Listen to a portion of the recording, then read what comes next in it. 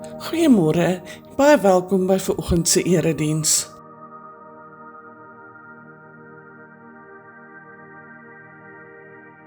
Vandag se sinodale deurkollekte word opgeneem vir gemeentebediening.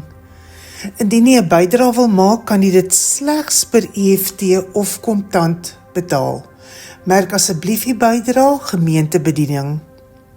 Ons wil net weer eens die aandag hierop vestig, laat deurkollektes slegs per EFT of kontant betaal kan word.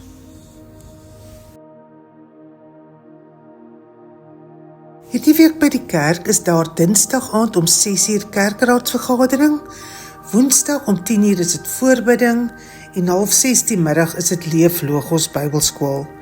Dan wil ons ook net 'n regstelling maak op die afkondigings, dat daar wel volgende week, die 14e, 'n erediens om 9:30 in Jongensfontein gehou sal word en hier by die kerk sal daar slegs een erediens wees om 10:15.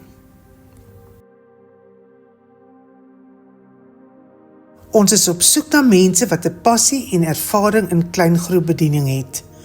Ons het nodig om die bediening te ontwikkel en verder uit te brei. Indien jy enigstens 'n bydrae kan lewer, kontak gerus vir Dominee François Taljaard by 061 460 6404.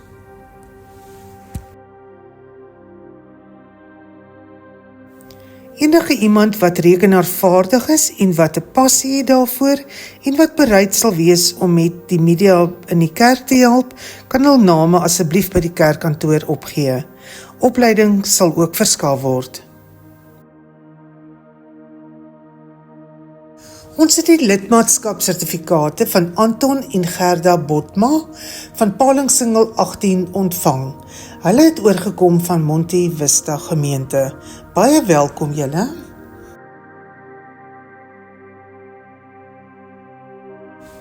En dit is dan die einde van ons gemeentenuus. Mag jy 'n wonderlike en 'n geseënde week hê.